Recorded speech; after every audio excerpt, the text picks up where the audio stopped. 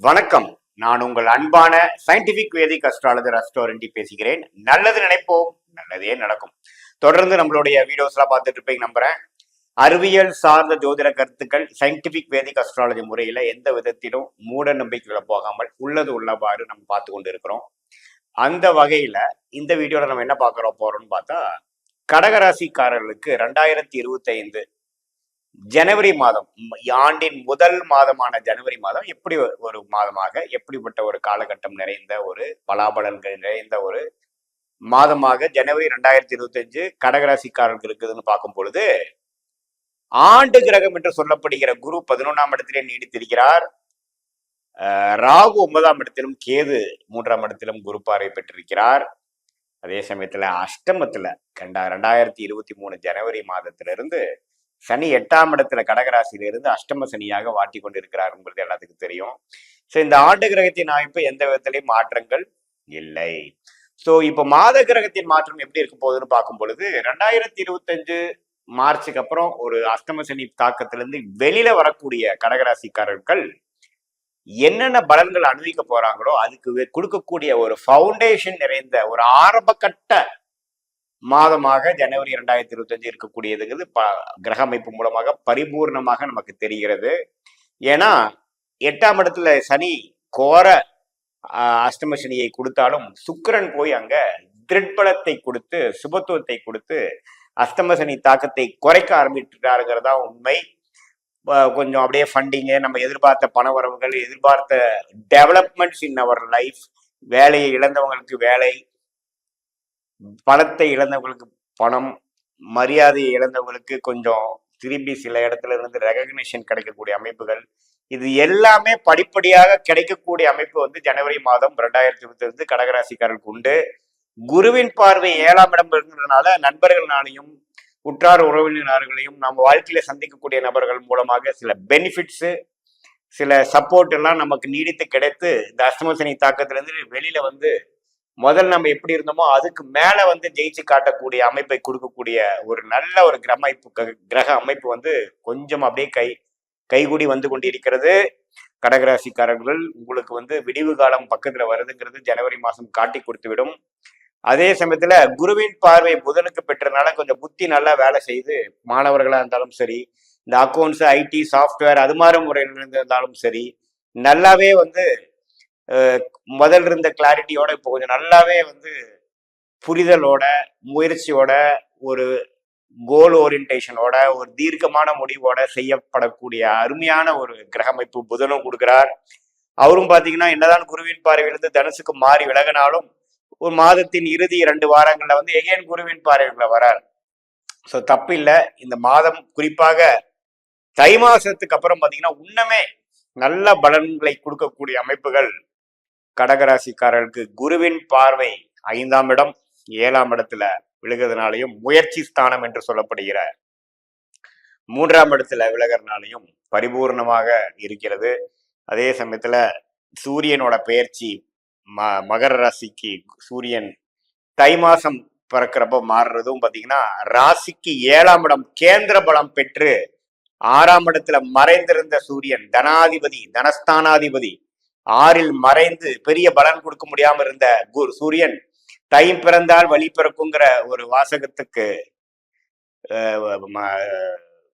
பொருந்துற மாதிரி அருமையான பலன்களை கொடுக்கக்கூடிய சூரியன் குருவின் பார்வையும் பெற்று தனஸ்தானதியை நல்ல திருட்பலம் பெற்று வரவேண்டிய பணம் கைகேறி வரக்கூடிய அமைப்புகள், திடீர் பணவரவு, போன பணம் திரும்பி வருவது, இன்வெஸ்ட்மெண்ட் மூலமா வந்தது வந்து ஒரு நல்ல பெருத்த லாபம் பெறுறது, அது மாதிரி பல நல்ல விஷயங்கள் வந்து கிடைக்கக்கூடிய அமைப்புகள் சூரியனும் கொடுக்கிறார்.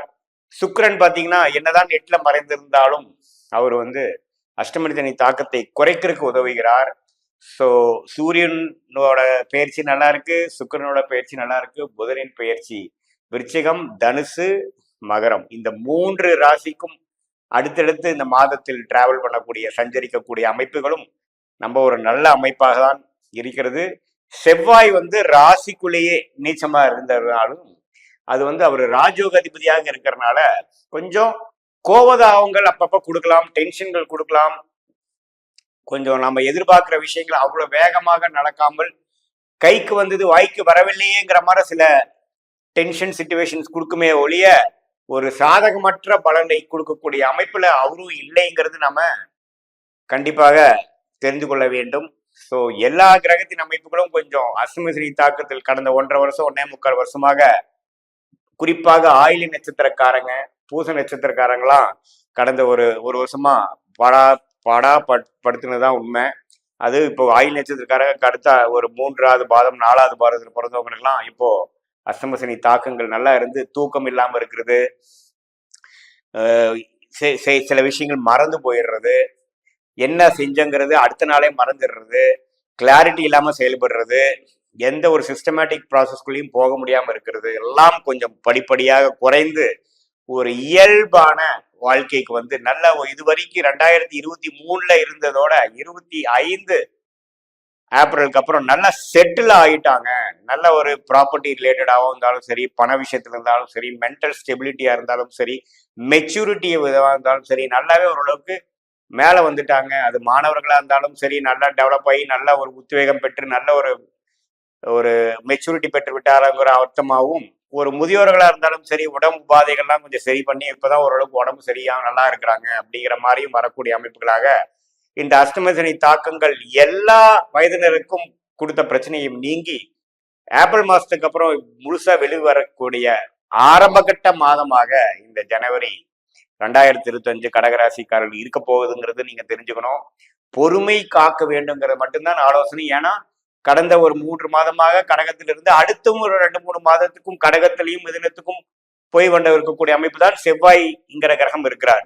செவ்வாய் வந்து ராசியோட சம்மதப்படும் பொழுது கொஞ்சம் கோபதாபங்களும் விவேகமற்ற செயல்களும் வீரம்ங்கிற பேர்ல வந்து சில தேவையற்ற சில விஷயங்கள் செய்வது அப்படிங்கிற மாதிரி சில விஷயத்தை கொடுத்துரும். ஸோ அதுல மட்டும் கடகராசிக்காரர்கள் கொஞ்சம் பொறுமை காக்க வேண்டும், விவேகமாக இருக்க வேண்டும். The end of the road, end of the struggle நம்ம பக்கத்துல வந்தாச்சு. இந்த நேரத்துல நீங்க வந்து பொறுமை காத்தவனா தான் நீங்க பட்ட பலனுக்கு வேணுங்கிற பட்ட கஷ்டத்துக்கு வேணுங்கிற பலன் நீங்க பெற முடியுங்கிறது எனக்கு என்னுடைய ஆழ்ந்த ஒரு நல்ல முக்கியமான ஒரு அறிவையா நீங்க எடுத்துக்கலாம்.